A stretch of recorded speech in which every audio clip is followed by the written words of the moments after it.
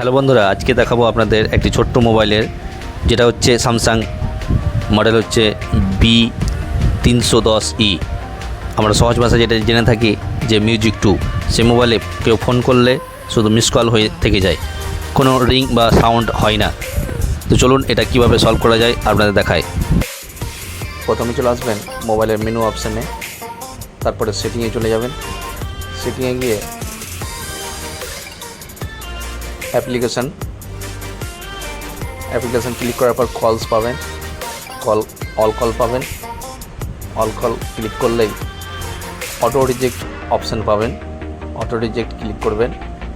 Auto reject click করার পর এখানে যে নাম্বারগুলো থাকবে সেগুলো সম্পূর্ণভাবে ডিলিট করে দেবেন।